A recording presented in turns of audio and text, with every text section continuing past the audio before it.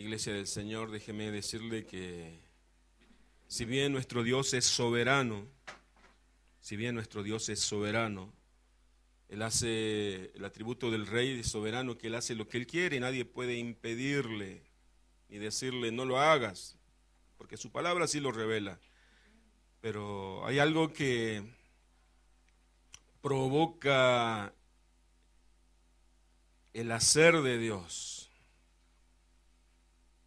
Por eso pregunto cuánto tenemos expectativa. ¿Sabe lo que provoca cuánto va a hacer o determina cuánto va a hacer el Señor en nuestras vidas, en nuestra necesidad, en nuestra hambre, en nuestra sed? Al comienzo leíamos, algunos quizás no pudieron escuchar porque vinieron un poquito más tarde. Pido disculpas por comenzar el horario. Discúlpenme la ironía. Comenzábamos leyendo y quiero comenzar nuevamente leyendo el Sermón del Monte, Mateo capítulo 5. Mateo capítulo 5, versículo 1.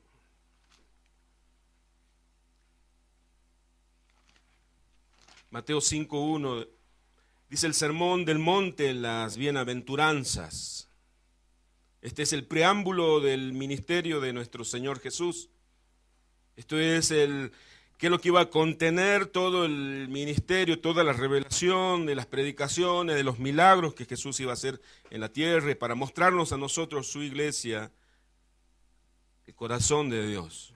Jesús comenzó su ministerio en este Sermón del Monte, en Mateo capítulo 5, versículo 1 en adelante, dice así: viendo la multitud, Jesús subió al monte y y sentándose vinieron a él sus discípulos, y abriendo su boca les enseñaba diciendo, y comienza Jesús a decirles: bienaventurados los pobres en espíritu, porque de ellos es el reino de los cielos. Bienaventurados los que lloran, porque ellos recibirán consolación. Bienaventurados los mansos, porque ellos recibirán la tierra por heredad. Bienaventurados los que tienen hambre y sed de justicia, porque ellos serán saciados. Bienaventurados los misericordiosos, porque ellos alcanzarán misericordia. Bienaventurados los limpios de corazón, porque ellos verán a Dios. Bienaventurados los pacificadores, porque ellos serán llamados hijos de Dios.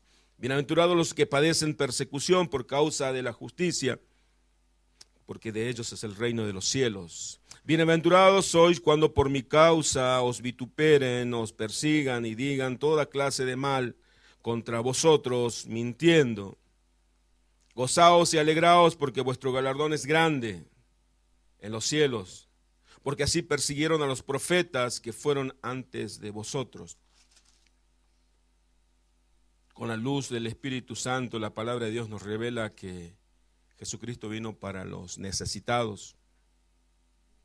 El reino de los cielos vino para los pobres de espíritu, para aquellos que reciben humillaciones, para aquellos que lloran, para aquellos que son perseguidos, para aquellos que reciben calumnias, injurias, vituperios. El reino de los cielos vino para aquellos que son misericordiosos. El misericordioso es aquel que recibió ofensa, pero no devuelve con la misma moneda, no la paga, sino paga con misericordia, con perdón.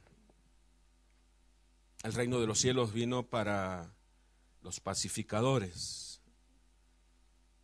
El reino de los cielos vino para los que padecen persecución. El reino de los cielos no vino para los autosuficientes, para los que ya lo sé todo, ya estoy colmado de Dios. Ya el reino de los cielos no vino para aquellos que dicen, bueno, ya llegué al más alto nivel o me siento mejor que nunca. No vino para ellos el reino de los cielos. Así como hay gobiernos en la tierra que gobiernan para los ricos, el reino de los cielos vino a gobernar, a reinar sobre los pobres, para los necesitados. Buenas noticias. Jesucristo vino a saciar, a suplir tu necesidad. El engaño humano, el error de nuestro corazón, el engaño de nuestro corazón dice la necesidad siempre es económica. Por eso Jesús llamó el engaño de las riquezas. Nuestra necesidad es espiritual. Les decía al comienzo que nuestra sed de Dios va a determinar cuánto va a hacer Dios. Yo acá tengo un vaso. este vaso está casi lleno. Pero si yo me presento delante de Dios como este vaso, le digo, Señor, lléname de tu espíritu. El Señor va a decir, no. El Señor no llena llenuras, el Señor llena vacíos.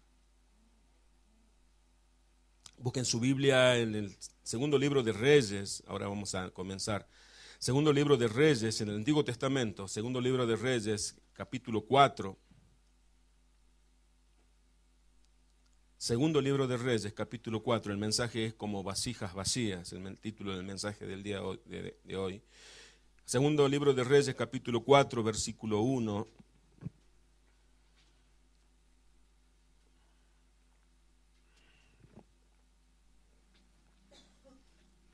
Segundo libro de Reyes, capítulo 4, versículo 1, me hacen saber cuando lo encuentren. Amén.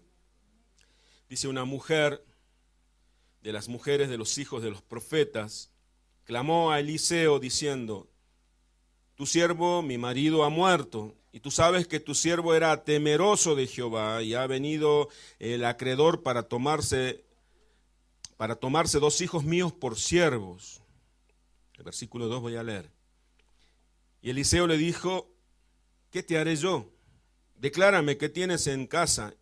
Ella dijo, tu sierva ninguna cosa tiene en casa, sino una vasija de aceite. Él le dijo, ve y pide para ti vasijas prestadas de todos tus vecinos, vasijas vacías, no pocas. El versículo 4 voy a leer. Entra luego y enciérrate tú y tus hijos y echa en todas las vasijas, y cuando una esté llena, ponla aparte. Y se fue la mujer y cerró la puerta, y encerrándose ella y sus hijos, y ellos le traían las vasijas, y ella echaba del aceite. Cuando las vasijas estuvieron llenas, dijo a un hijo suyo, tráeme aún otras vasijas. Dijo, no hay más vasijas. Entonces cesó el aceite. Voy a resaltar, a subrayar la última frase. Entonces cesó el aceite. Versículo 7. Vino ella luego y lo contó al varón de Dios, el cual dijo, ve y vende el aceite y paga a tus acreedores, y tus hijos, y tú y tus hijos vivid de lo que quede. Hasta allí nomás. Que Dios bendice su palabra, que hoy Él nos revele su palabra en esta mañana. Dice, esta historia nos da a entender muchas cosas y mucha enseñanza podemos extraer de esta historia bíblica, de este relato que nos da hoy la palabra de Dios sobre una mujer viuda, sobre una mujer. Siempre tenemos que estudiar el contexto de lo que hemos leído. El contexto es que una viuda en ese tiempo, en la antigüedad, era la persona más vulnerable, más necesitada, más carente de todas las personas de la sociedad. La viuda era la que más necesitaba. Dice, una viuda que tenía hijos y había muerto, obviamente había muerto su marido, por eso era viuda, y el marido la había dejado con deudas. Entonces este marido pertenecía a un grupo de los profetas, cuyo líder de ese grupo, de esa comunidad de los profetas, era el profeta Eliseo. Y esta mujer se acerca al profeta Eliseo y le dice, tu siervo, mi marido, ha muerto. Él era un hombre temeroso de Dios. Y ha venido un cobrador a reclamar la deuda. Y como no tengo con qué pagarle, se quiere llevar a mis hijos, a mis 2 hijos, para que sean esclavos suyos. Estaba pidiendo ayuda al profeta Eliseo. Y el profeta Eliseo dijo, ¿cómo te puedo ayudar yo? Y le preguntó, ¿qué tienes en casa? Y ella dijo, una vasija de aceite. Entonces el profeta, ya hablando por inspiración del Espíritu de Dios, le dice, encérrate con tus hijos y busca vasijas vacías y pedile a tus vecinos vasijas vacías. Y recalca en el versículo 3, dice, que no sean pocas, muchas vasijas vacías. Y comenzá a llenar las vasijas vacías con la vasija de aceite que tenés. Y cuando se llene una vasija que estuvo vacía, poner aparte, así anda llenando las otras. Los hijos estaban encargados de buscar vasijas vacías y ella estaba encargada de llenarlas con el aceite que tenía. Había un milagro de multiplicación. Fíjese que la solución del profeta era algo ilógica, como todo lo que hace Dios es ilógico. El profeta le dio la solución a su necesidad buscando vasijas vacías, no vasijas llenas. La solución no estaba en lo lleno, la solución estaba en lo vacío. La solución no estaba en presentar lo que ella tenía, la solución estaba en presentar lo que ella no tenía, en el vacío. Que buscar vasijas vacías para que sean llenadas. Por eso en la bienaventuranza Jesús dijo, bienaventurados los pobres en espíritu, bienaventurados aquellos que tienen bancarrota espiritual, porque de ellos es el reino de los cielos. Por eso Jesús dijo también, bienaventurados los que lloran, porque ellos serán consolados por Dios. Esta mujer tenía una necesidad. La necesidad era pagar su deuda. No tenía nada para pagar la deuda, pero sí tenía vasijas vacías. Pero le dijo el profeta, busca vasijas vacías de otra parte para que sean llenas. ¿Qué nos está diciendo Dios? Que Dios nos llena llenura, le decía al comienzo. Cuando alguien cree estar en el mejor momento espiritual, es realmente cuando está en el peor momento espiritual. Cuando nos creemos estoy viendo el mejor momento espiritual. ¿Pero por qué dice eso el pastor? Porque cuando creemos que ya llegamos a la cima del conocimiento de Dios, es cuando estamos en el peor momento espiritual. Cuando creemos que hemos llegado a la cima de la santidad, estamos viendo el peor momento espiritual. Cuando creemos que hemos llegado casi a tocar el cielo con las manos, es cuando estamos más lejos de Dios. Voy a seguir con la figura. Cuando creemos que ya hemos alcanzado todo, cuando creemos que ya hemos llegado al mayor nivel espiritual y nunca estuvimos mejor, ¿sabe lo que hacemos? Esto. Le ponemos a la tapa al vaso y Dios nos puede llenar. Y nos presentamos delante de Dios. Señor, lléname con tu espíritu. El Señor dice, no puedo. ¿Cómo que no puedes, Señor, si sos omnipotente? No, yo no lleno llenura.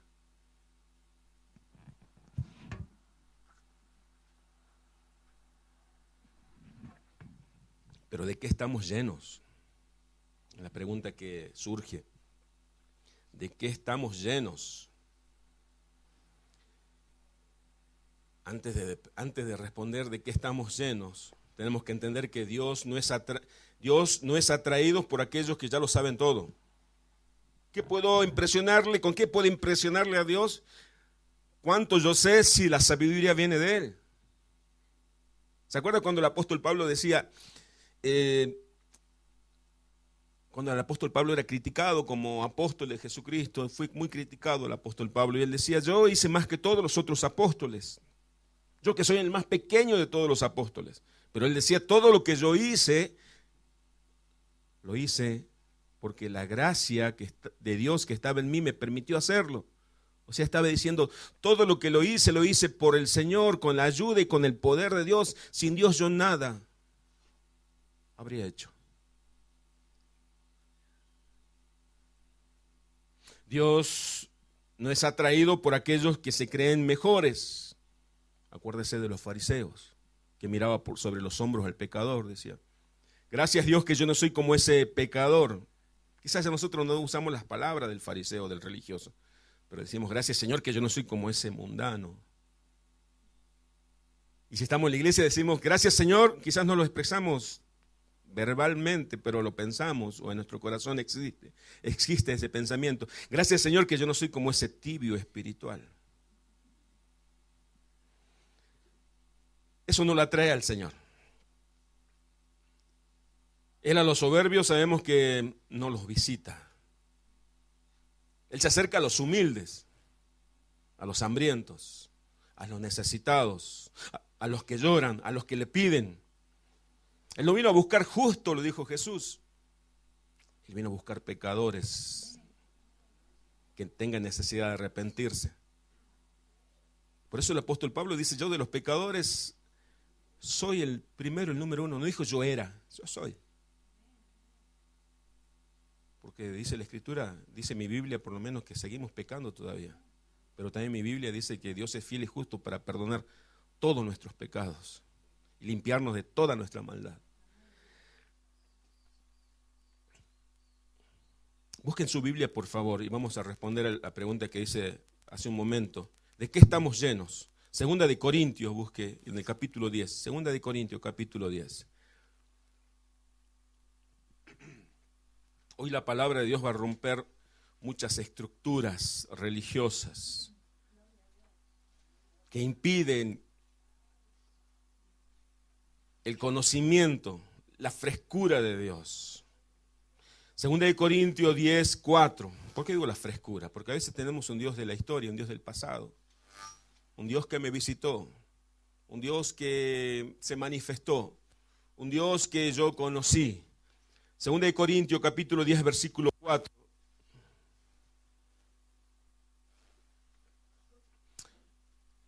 Vieron que cuando uno viaja en avión, si no viaja en avión, lo habrá visto en películas. La azafata dice ajústese los cinturones porque vamos a aterrizar. Ajústese los cinturones porque el avión se va a mover durante la predicación. Va a sentirse un poquito que la palabra toca alguna fibra de su corazón y algunos pensamientos que nosotros por años lo hemos resguardado y no queremos presentarle a Dios, pero la luz de la palabra va a manifestar, pero es para nuestro bien. Segunda de Corintios capítulo 10, versículo 4. ¿Lo encontró? Como siempre les digo, pasaje conocido de la Escritura si los hay, pero cuando ilumina el Espíritu Santo estos pasajes de la Escritura, extraemos ricas enseñanzas. Segunda de Corintios capítulo 10, versículo 4 dice así, y el 5 también vamos a leer, porque las armas de nuestra milicia no son carnales, no son de este mundo, sino poderosa en Dios para destrucción de fortalezas, para la destrucción de fortalezas. El versículo 5 dice así, derribando argumentos y toda altivez que se levantan contra el conocimiento de Dios, y llevando cautivo todo pensamiento a la obediencia a Cristo. Hasta allí nomás. Ahora quiero que mire al predicador. Dice que las armas de nuestras milicias, decía Pablo, de esta batalla, de esta guerra que todos tenemos una guerra espiritual, ya Efesios lo decía y acá Pablo en Corintios lo vuelve a recordar. Armas contra milicias, una batalla contra el pecado, contra el mundo, contra los espíritus de las tinieblas y todo lo que está en contra del reino de Dios. Pero las armas de nuestras milicias, la batalla que tenemos que vencer no está en lo virtual, luchar contra demonios que no vemos, sino está acá en la mente. Eso lo dice acá Pablo. Fortalezas. Y no habla de demonios, fortalezas mentales. Es poderosa en Dios para destrucción de fortalezas. Fortalezas, ¿qué son fortalezas? Fortalezas son pensamientos adquiridos que no se permiten ser cuestionados. Esos pensamientos que yo tengo, religiosos, pensamientos que algún consejo que alguien me dio yo lo adquirí y a nadie se le permite que me lo cuestionen, que se lo conocen como vacas sagradas, que no se la pueden matar. Esos pensamientos son intocables, ni están en discusión. Esas son las fortalezas. No, usted va a predicarle a alguien, no, yo tengo mi religión, dice. Mi mamá era católica, mi abuelita y mi tatarabuelo, y yo voy a morir con la religión.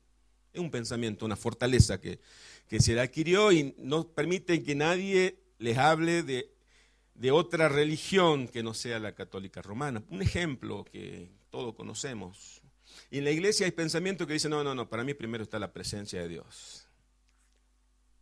Y la palabra, primero está la presencia. Y no es así, primero está la palabra. El fundamento de nuestra fe es la palabra. No son las experiencias, o si no nos convertiremos en cristianos empíricos, ¿sí? Las experiencias, no. La palabra, el fundamento de la fe es la palabra de Dios.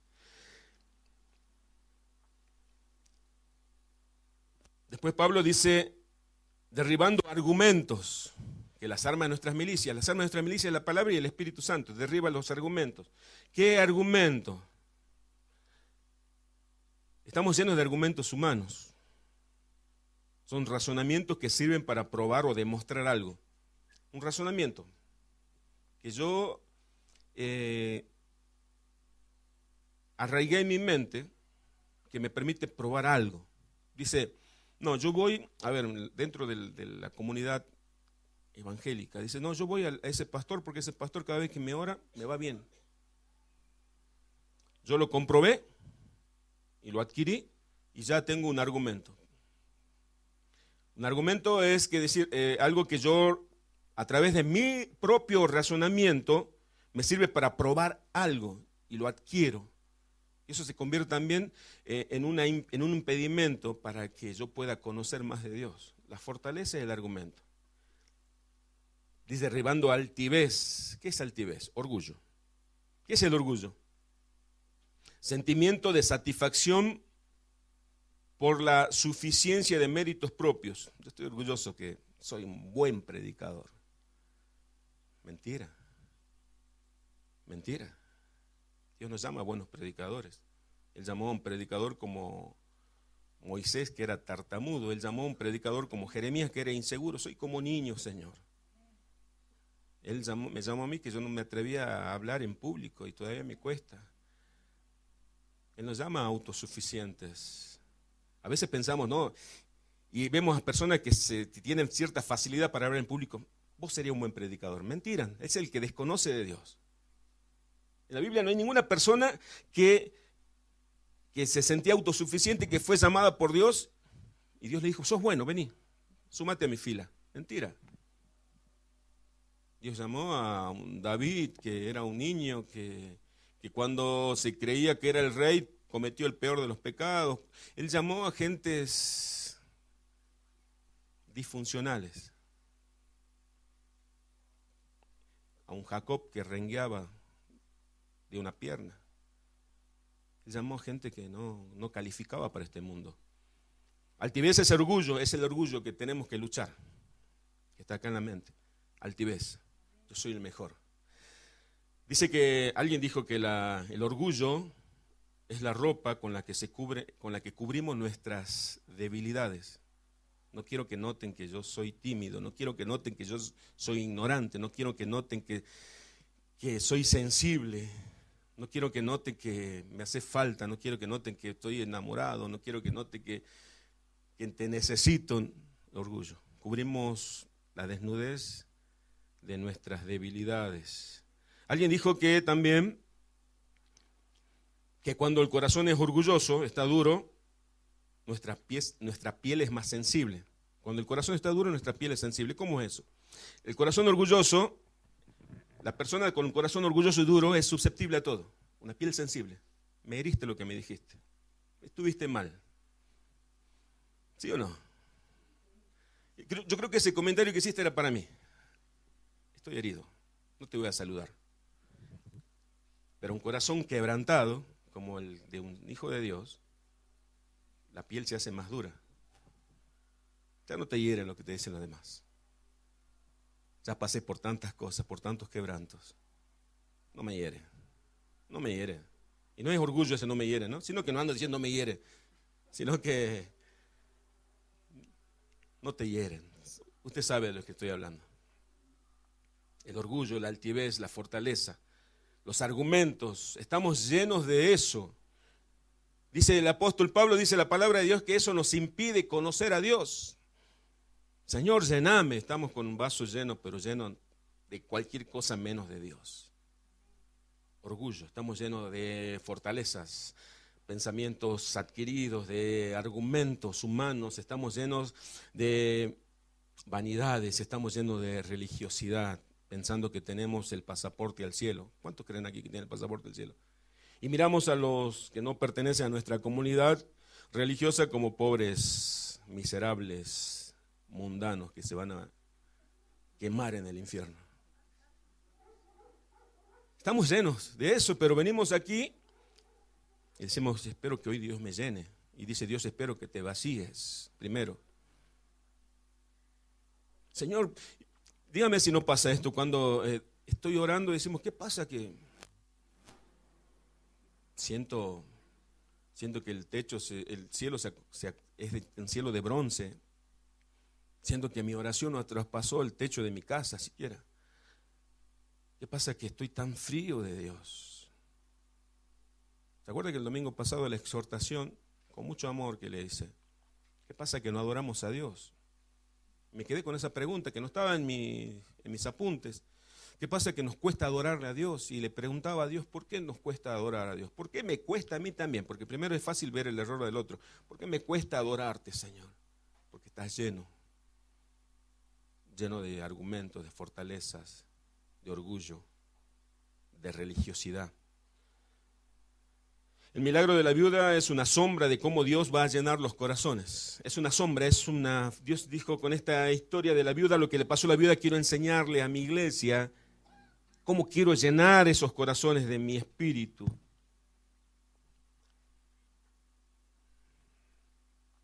Le dijo el profeta, anda a buscar vacías, no solamente las tuyas, sino las propias, sino las de los vecinos. Ahora voy a apelar a su memoria. Muchos de nosotros cuando llegamos a Dios llegamos muy hambrientos, ¿sí o no?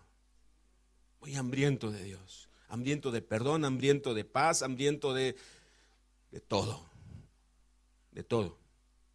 Y éramos sensibles a Dios. Éramos como las vasijas vacías. Necesitamos ser llenados. ¿Sí o no? Pero después la vasija se llenó. Y nos sentimos autosuficientes. Y ya comenzamos a criticar. Porque se llenó esa vasija no solamente de Dios, sino al comienzo de Dios, pero después se llenó de fortalezas, de argumentos, de altivez, orgullo y de religiosidad. Por eso el profeta le dijo, no solamente tus vasijas, mujer, sino busca vasija de otros.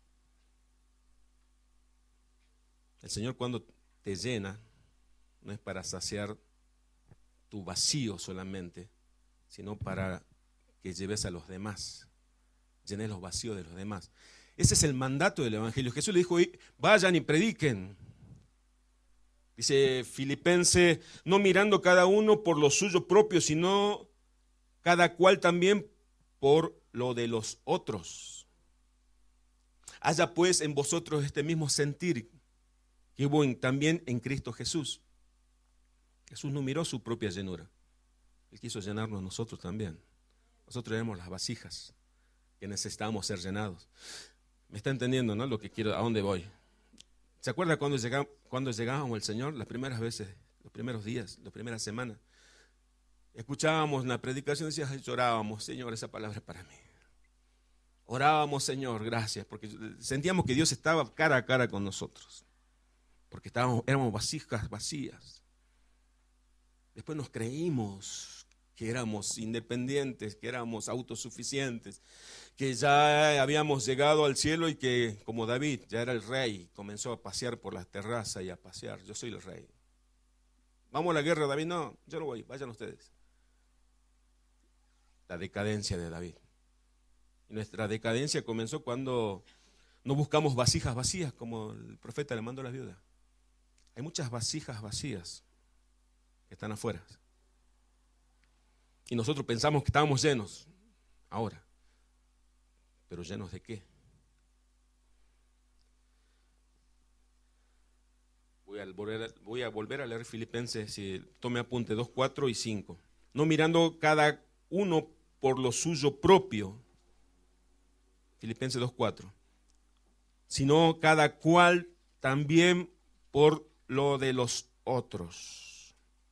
Haya pues en vosotros este sentir que hubo también en Cristo Jesús. Respuesta para la iglesia.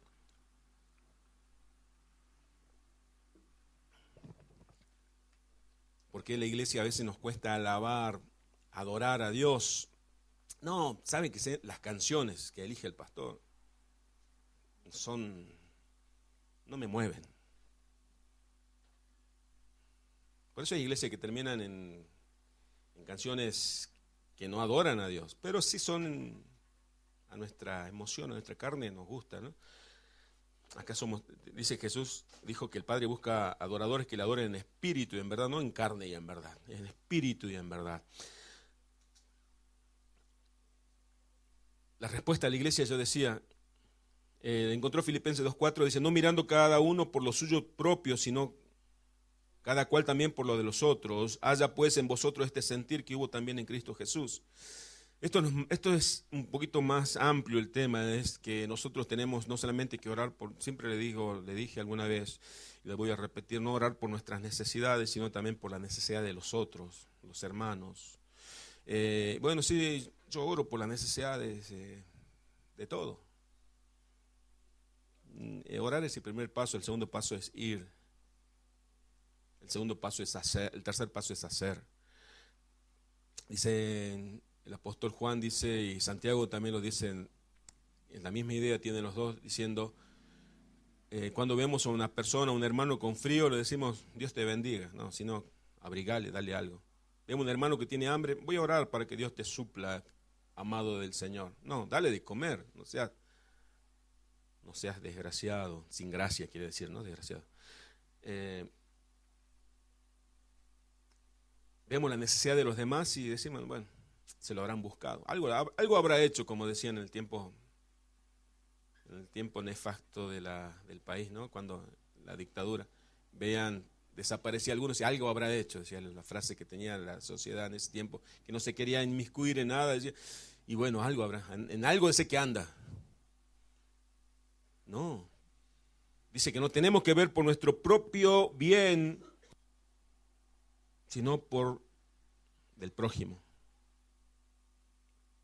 Y dice el 5, haya pues en vosotros el mismo sentir, no el sentir, el pensamiento de Cristo, que exista también en ustedes, dice Pablo.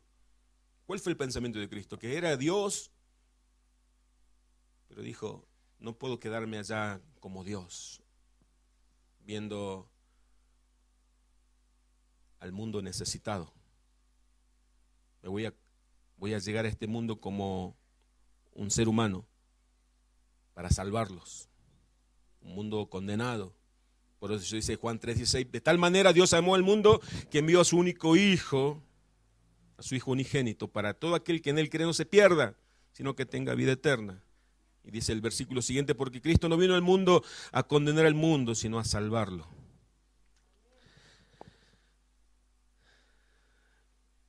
¿Y por qué no somos llenos? Porque nos gusta acumular en nuestro interior. Nos gusta acumular. ¿Qué acumulamos? ¿Veo cuando acumulamos cosas en la casa? Siempre guardamos un poco de orgullo, que llamamos autoestima. ¿Vieron que el corazón humano es nuestro corazón engañoso y perverso, dice la palabra? Y es verdad. Cambiamos el nombre, usamos el eufemismo para que no suene tan duro. No es orgullo, ¿sabe lo que es autoestima? No perdono. ¿Sabe por qué no le perdono? Porque tengo autoestima. No, porque tenés falta de perdón, tenés orgullo, tenés un corazón duro. Acumulamos algunos pecados que decimos la verdad que no son tan malos. No los confesamos, algunos pecados, porque todavía, ¿saben por qué no los confesamos? Porque todavía nos suministran placeres. Todavía me da placer este pecado, así que no me voy a despojar de ellos, porque el vaciamiento nuestro comienza primero por el despojo, o sea, el despojo es quitarnos. Algunas tradiciones religiosas todavía tenemos en el corazón, que decimos, no, esto me funcionó en el pasado, me puede funcionar en el presente. Me acuerdo que cuando yo hice la primera oración en mi casa con mi familia al Señor, yo sentí literalmente que entró una presencia de Dios en mi habitación. Ya le conté, mi hijo saltaba llorando, mi esposa cayó en la cama. Yo comencé a adorar, no sabía ni orar y adoraba a Dios y dije unas palabras que después las repetí el otro día. Esas son tradiciones religiosas. Si yo dije, Señor, se tiene que dar, la lógica es, se tiene que repetir.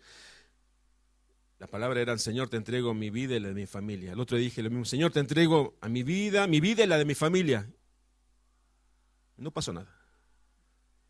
¿Se acuerdan cuando Elías dijo, Señor, seguramente está en el fuego? No, no estaba en el fuego. Seguramente está en el terremoto, no estaba en el terremoto. Seguramente está en el gran viento, no, no estaba en el viento. Las tradiciones religiosas, dice, porque el Señor una vez se me apareció en el fuego, una vez se me apareció en el terremoto, una vez se me apareció en el gran viento. No, no, no. Dios estaba en el silbo apacible, en el silencio. Decimos a veces en la tradición religiosa, si Dios está presente, que yo tengo que sentir, llorar. Y dice, no, hoy no vas a llorar ni vas a sentir. Estuvo fea la reunión. Yo estuve presente, dice Dios. Pero tu religión no te permitió percibirlo. Lleno de tradiciones religiosas. A veces acumulamos ídolos. No, yo ya dejé la idolatría cuando dejé la religión romana. Ah, pero todavía idolatras a tu hijo, a tu nieto, a vos mismo, a tu esposa, a tu esposo. Esos son ídolos en el corazón. Ídolo todo aquel que ocupa el primer lugar. No, si Dios está en mi primer lugar. Mentira. Permítame.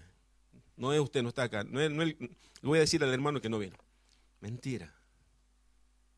Mentira. Porque ponemos en primer lugar muchas personas, muchas cosas, antes que Dios. El escepticismo. Estamos llenos de escepticismo. Dudamos de la verdad. Dudamos de la verdad, pero no lo confesamos. Es bueno presentarnos delante de Dios con todo ese bagaje. Señor, la verdad que hay mucha incredulidad, mucho escepticismo en mi corazón. Hay muchos ídolos todavía, Señor. Hay muchas tradiciones religiosas, Señor, en mi corazón. Hay muchos pecados que no te confesé y el Espíritu Santo va a comenzar a recordar todas esas cosas. Y vamos a despojarnos de todas esas cosas para que Dios nos llene. Una vez estaba orando por alguien acá, no voy a decir por quién. Permítame, como decía Pablo, no se me permitió decir. Y Dios me mostró que el corazón de esa persona era como la cartera de una dama. Mí, fíjese que bueno soy para hablar. La cartera de una mujer encuentra usted de todo. ¿Sí es verdad o no? ¿Es verdad o no? Cepillo para el pelo, perfume, crema, alcohol en gel, infinidad de cosas. No sé cómo hacen. La mujer mete la mano en la cartera y saca algo. El Señor me mostraba que el corazón de esa persona estaba como la cartera de una mujer. Y para que sea llena tenía que volcarla, limpiarla y presentarse así delante de Dios. Y mi corazón estaba así. Si el Señor me lo mostró a esa persona es porque mi corazón estaba así. El vaciamiento comienza por el despojo, dice hace rato. Busque Hebreos capítulo 12, por favor. Hebreos capítulo 12, versículo 1. Vamos a leer un solo versículo de Hebreos capítulo 12.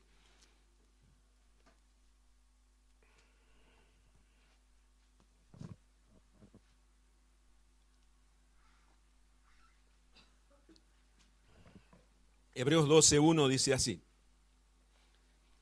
Por tanto, nosotros también, teniendo en derredor nuestro tan grande nube de testigos, despojémonos de todo peso y del pecado que nos asedia y corramos con paciencia la carrera que tenemos por delante.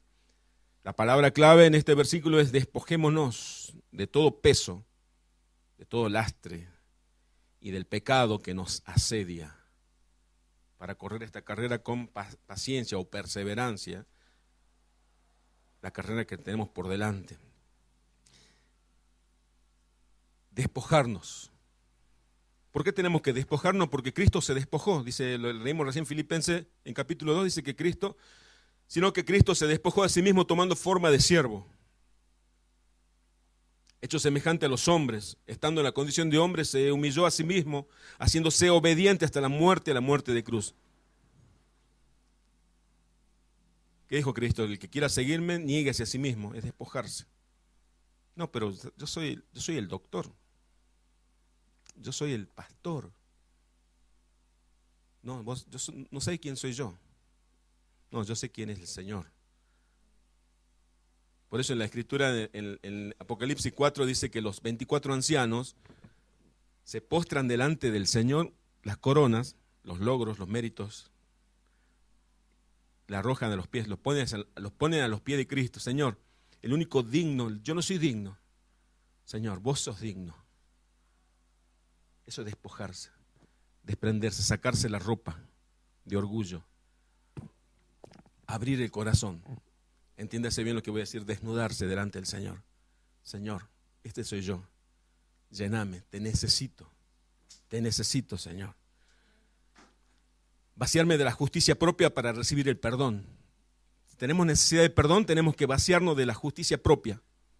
David encontró en esa humillación, en esa oración del perdón, en el Salmo 51, diciendo: los sacrificios de Dios son el espíritu quebrantado, al corazón contrito y humillado. No vas a despreciar, Dios. Si necesitamos perdón, ¿cuánto necesitan que Dios les perdone? Lo primero que tenemos que hacer es despojarnos, vaciarnos de la justicia propia. ¿Qué es la justicia propia? Las excusas que ponemos. Decía David: el sacrificio que te agrada, Señor, es un espíritu quebrantado, necesitado de Dios. Tú, oh Dios, no vas a despreciar a aquel que esté necesitado. Está diciendo Dios, no va a despreciar, si no desprecia, quiere decir que va a apreciar tu corazón necesitado. El antónimo de desprecio es aprecio. El Señor va a apreciar tu corazón necesitado, quebrantado, humillado. Sí, es un pecador. David había cometido terribles pecados, pero tenía una terrible necesidad por Dios. Que Dios le perdone. Y él dijo, el sacrificio, esta es la mejor ofrenda que le puedo dar a Dios. Mi corazón necesitado, sediento del perdón, de la gracia de Dios. Vaciarme de las fortalezas, entre comillas, puse humana, para ser lleno del poder de Cristo. Estoy débil. ¿Por qué estás débil? Vaciate entonces de tu falsa fortaleza humana. A veces veo el mundo, dice, mostrate fuerte ante los demás. Por dentro estoy hecho pedazo, pero mostrate fuerte. Que nadie sepa que sos débil. Delante de Dios tenemos que mostrarnos como somos. Vaciarme de las fortalezas humanas, de la fortaleza humana para ser lleno del poder de Cristo. Pablo, no le voy a dar la cita porque usted la conoce. Bástate mi gracia, le dijo el Señor, porque mi poder se perfecciona en la debilidad.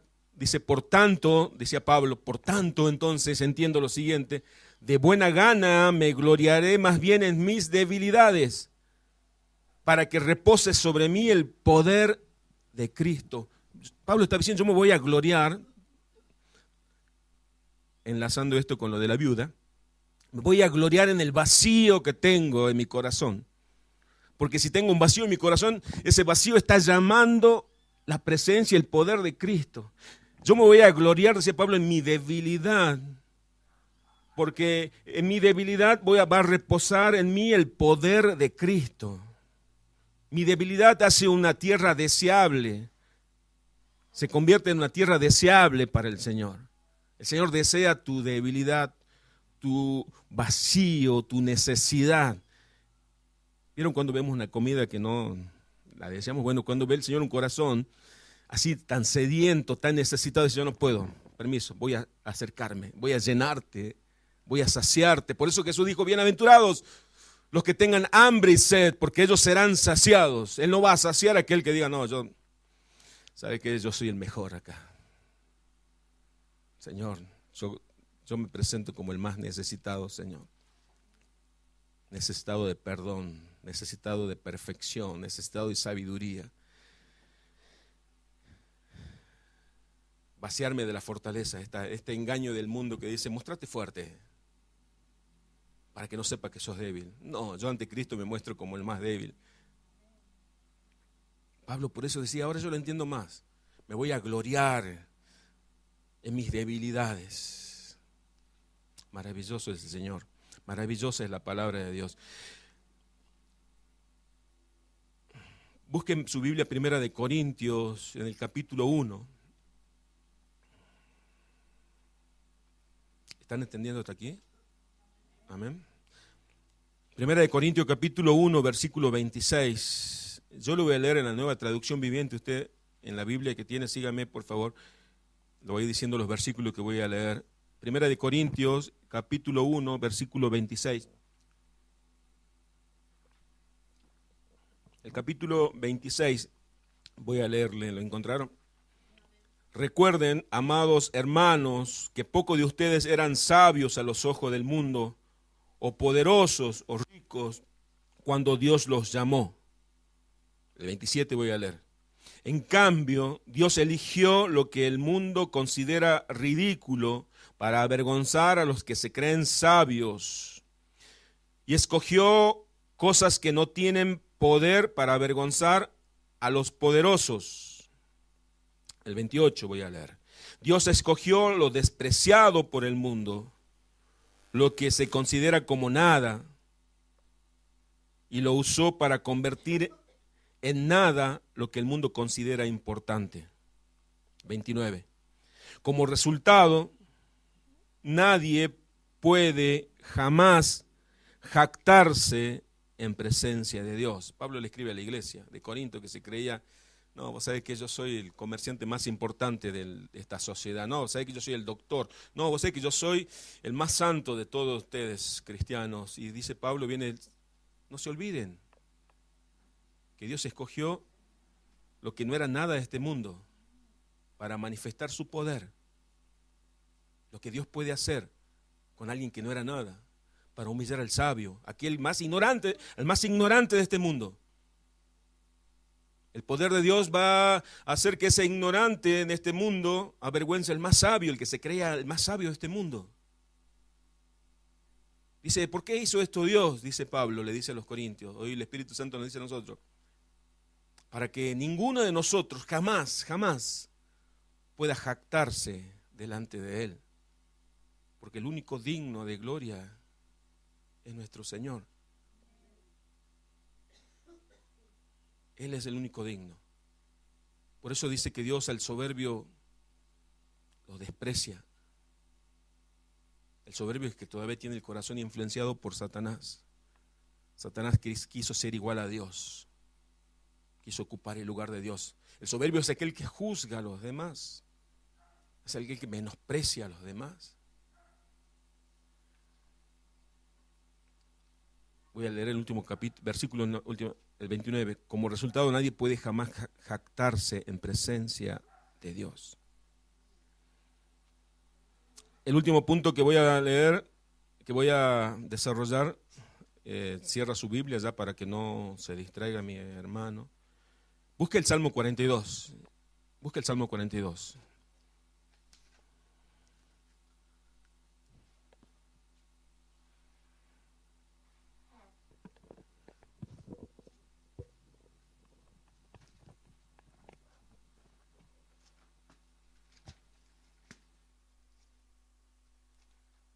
¿Lo encontró? Levanta su mirada de la Biblia para que no se distraiga. Así me escucha. Ya el último punto que voy a desarrollar. ¿Cómo llamamos la atención de Dios?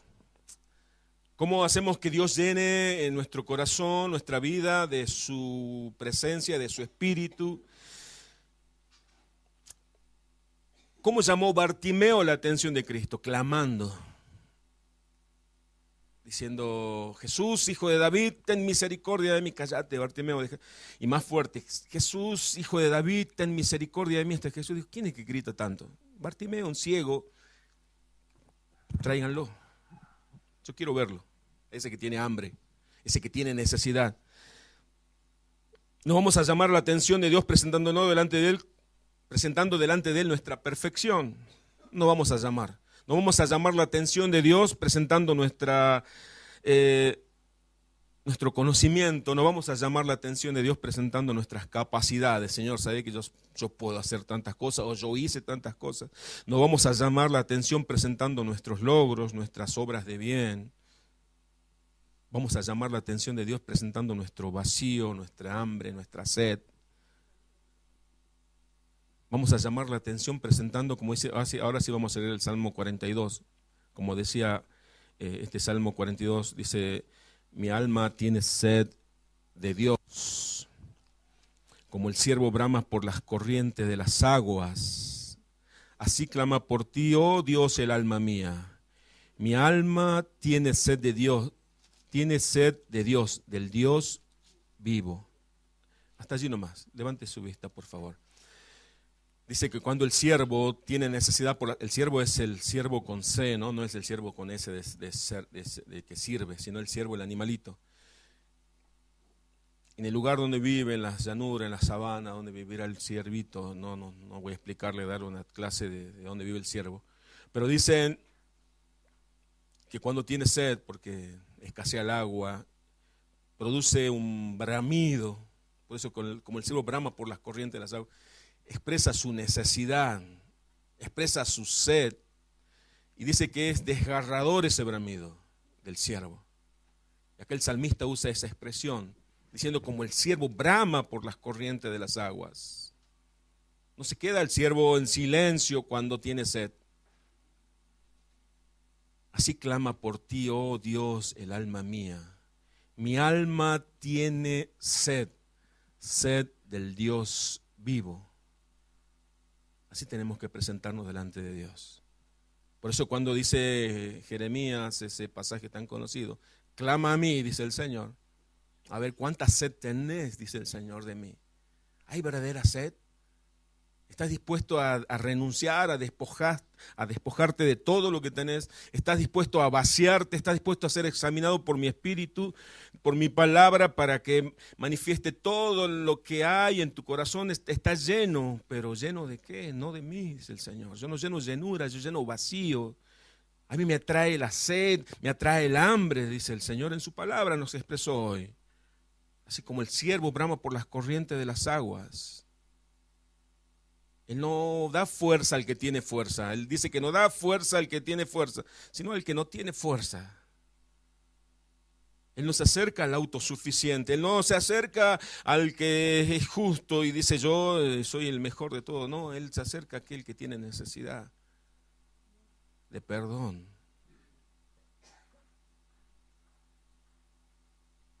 ¿Cuánta sed hay en usted? ¿Cuánta necesidad hay en usted? Y no piense en la billetera, no, déjela la billetera tranquila.